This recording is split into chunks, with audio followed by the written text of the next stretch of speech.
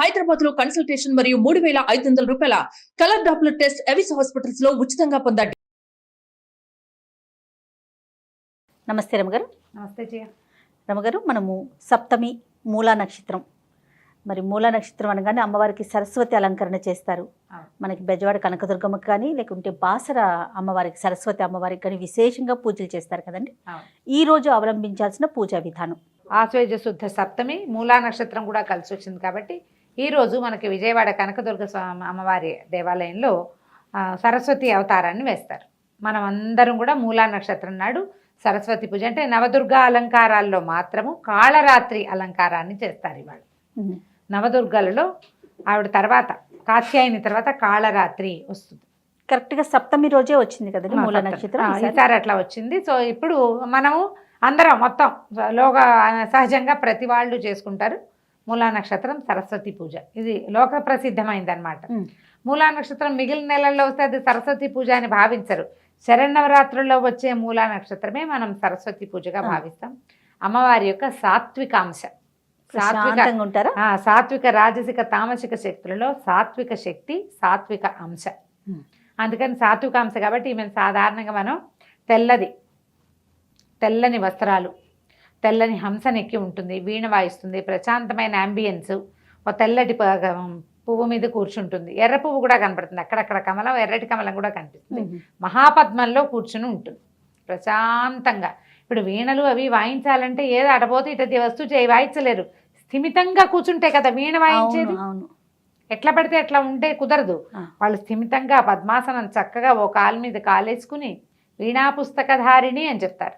మనం పిల్లలకి మొట్టమొదటి చెప్పుకునే శ్లోకాల్లో శుక్లాంబరధరం తర్వాత సరస్వతీ నమస్తుభ్యం వరదే కామరూపిణి విద్యారంభం కరిష్యామి సిద్ధిర్మే భవతు మే సదా అని చెప్తాం. ఇదే స్వరూపం.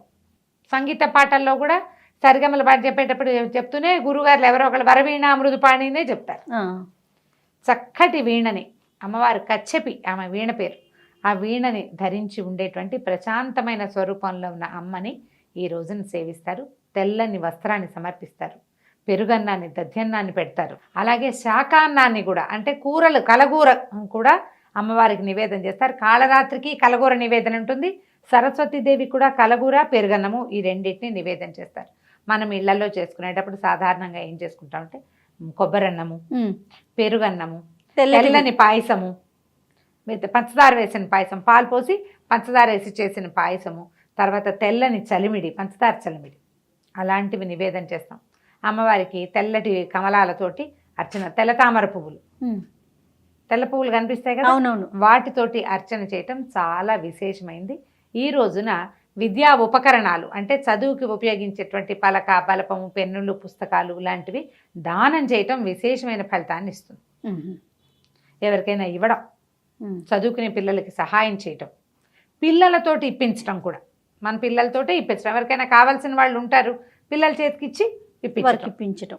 ఈ దానం చేయటమే కాకుండా సరస్వతి పూజ ఈ రోజున మన పిల్లలతోటే చక్కగా ఓంకారం రాయించటం పుస్తకాల మీద. నిరుడు ముందరేడు మనం ఈ ప్రాజెక్ట్ చేసాం. అవునండి, ఆ ఓంకారం రాయించడం నువ్వు కూడా రాయించావు మీ అమ్మాయితోటి. ఈ పుస్తకాల మీద ఓంకారం రాయించుకోవటము సరస్వతి కోసం ఒక ప్రత్యేకంగా సరస్వతి అష్టోత్తర శతనామావళి లభిస్తుంది. సరస్వతి శ్లోకాలు, ఈ వరవీణ మృదుపాణి లాంటి పాటలు కాకుండా మనం యాకుందేందు తుషారహార ధవళ శ్లోకం చెప్పుకుంటాం. ఎంత చక్కటి శ్లోకము. ఆ శ్లోకాన్ని నేర్పించండి. ప్రార్థనా శ్లోకం. అందులో సరస్వతి యొక్క స్వరూపాన్ని ఎంత చక్కగా ఆవిష్కరిస్తారో. చాలా మంచి శ్లోకము. ఈ రోజున ఇది నేర్పించే ప్రయత్నం చేయండి తప్పకుండా. ఈ సరస్వతి నక్షత్రం మూలా నక్షత్రం రోజునే మనం శాస్త్ర విద్యను మొదలు పెట్టుకోవచ్చు. సాహిత్యం ఏదైనా కొత్త పుస్తకాలు చదవదలుచుకున్న వాళ్ళు ఈ రోజున మొదలు పెడితే పూర్తిగా చక్కగా చదువుకోగలుగుతారు. శాస్త్ర విద్యను నేర్చుకునే వాళ్ళు కూడా సంగీత పాఠం సరస్వతి ఈ మూలా నక్షత్రం రోజున మొదలు పెట్టచ్చు. కొత్త కృతి ఒకటి ఈ రోజున మొదలు పెడతారు. త్రిశక్తులలో ఒకటవటం వల్ల ఈమె యుద్ధం చేసినట్టుగా కూడా మనకు కనిపిస్తుంది. శుంభ నిశుంభులని వధించిందని అమ్మవారి స్వరూపంలో చెప్తారు. సరస్వతి అష్టోత్తరంలో శుంభ నిశూధిని అని ఉంటుంది. ఈవిడ వీణ పుచ్చుకుంటుంది కదా, ఎట్లా ఈమె ఇది చేసింది అని అనిపిస్తుంది మనకి. ఆవిడ సరస్వతి స్వరూపంలో సాక్షాత్కరిస్తే ఆమె వెంటపడ్డారట శుంభులు. సరస్వతి నుంచి ఆవిడ దుర్గగా మారింది. మారి వాళ్ళని వధించి మళ్ళీ మహాసరస్వతి స్వరూపాన్ని తీసుకుంది. ఓహో, ఆవిడ హిమాలయాల్లో తెల్లటి పుండరీకం మీద చక్కగా వీణ వాయించుకుంటూ ప్రశాంతంగా కూర్చుంటే సౌందర్యాధిదేవతలాగా ఉన్న ఆమెను చూసి శుంభులు వెంటపడ్డారని. సరస్వతీదేవికి మనం చెప్పుకోగలిగే కథ ఏమి ఉండదు, శుంభుల వధే చెప్పగలుగుతాం. ఆమె మళ్ళీ సరస్వతి స్వరూపంగా కూడా మళ్ళీ వచ్చేసింది. జ్ఞానశక్తి, విద్యాధిదేవత. ఈ విద్యకి ఒట్టి చదువే కాకుండా ఏ నేర్పరితనమైనా ఆమె వల్లే వస్తుంది. అది మనకు వృత్తి విద్యలు, అవును, ఏ సాధనంతో సమకూరేటువంటి ప్రతి పనిని మనం సరస్వతి, అదే విద్య. అదే విద్య. కదలకుండా కూర్చోవడం కూడా విద్యే. కదలకుండా కూర్చోవద్దు, నేర్చుకోవాలి. అదొక విద్య. అదొక విద్య. సాధనం వల్ల వచ్చేవి, దానికి అలవాటుగా ఉండాలి. సాధనం ఉంటేనే ఆ పని వస్తుంది. అలాంటి విద్యలకి అధిదేవత ఈ సరస్వతి. ఆమె యొక్క స్థిమితమైన స్వరూపాన్ని తలుచుకుని మనం ప్రయత్నం చేస్తే ఏదైనా కొత్తది నేర్చుకోవాలనుకుంటారు, ఏజ్ వచ్చాక కూడా నేర్చుకోగలుగుతారు. వాళ్ళు కనుక ఈ రోజున ఓం అని మొదలు పెట్టుకోండి. ఫీజు కట్టడము ఈ రోజుని, వాళ్ళకి ఎవరికో నేను వాళ్ళ నుంచి స్టార్ట్ చేస్తానని చెప్పడం, ఏదో ఒక పుస్తకం పట్టుకుని కాసేపు కూర్చోవటం. పిల్లలతోటి కూడా మనం ఓంకారాలు రాయిస్తాము, పిల్లలకి నమస్కారం చేస్తాం. మూలా నక్షత్రం రోజున ఒక 10 నిమిషాలైనా పిల్లలు కూర్చుని చదువుకునేలాగా, కూర్చుని రాసేలాగా చేయండి. చదువుకునే పిల్లలందరూ కూడా మూలా నక్షత్రం నాడు కాసేపు చదువుకోవాలి. చదివితే విద్య వనగొడుతుంది మనకి. ఇదొక ప్రయత్నం. మనం ఏం చేస్తాం, దేవాలయ దర్శనాలు చేస్తాం, మనం బాసర జ్ఞాన సరస్వతి అమ్మవారిని చూస్తాం. హైదరాబాద్ నగర సమీపంలో ఉన్న వర్గల్లో కూడా జ్ఞాన సరస్వతి అమ్మవారు ఉన్నారు. అట్లా మనకి ఎక్కడెక్కడైనా సరస్వతి స్వరూపాలు ఉంటే తప్పకుండా విద్యార్థులను అక్కడికి తీసుకెళ్ళి ఓ నమస్కారం చేయటం.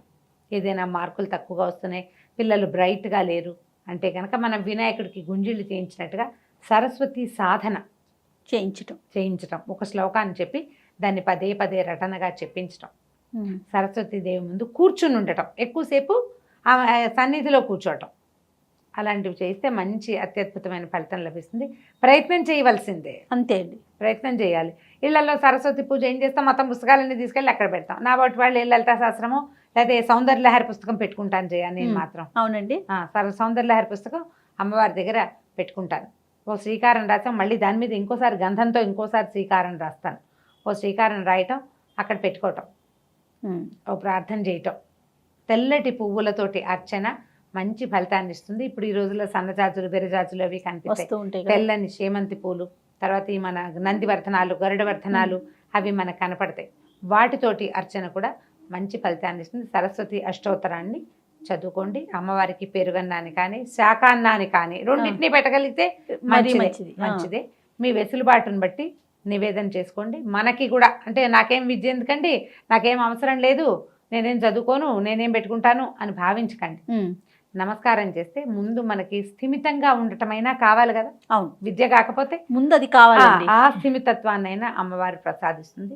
ఈ స్వరూపంలో ఉన్న అమ్మవారిని అర్చిస్తే గనక జ్ఞానము, మోక్ష సాధన ఈ రెండిటికి అవకాశాలు లభిస్తాయి తప్పకుండా. ఈ సాత్వికాంశ కదా, సాత్వికాంశని ఆ సాత్వికమైన ఆరాధన చేస్తే మనకి జ్ఞానము, మోక్ష సాధన రెండు లభిస్తాయి. రాజసికమైంది చేస్తే మన అభివృద్ధి.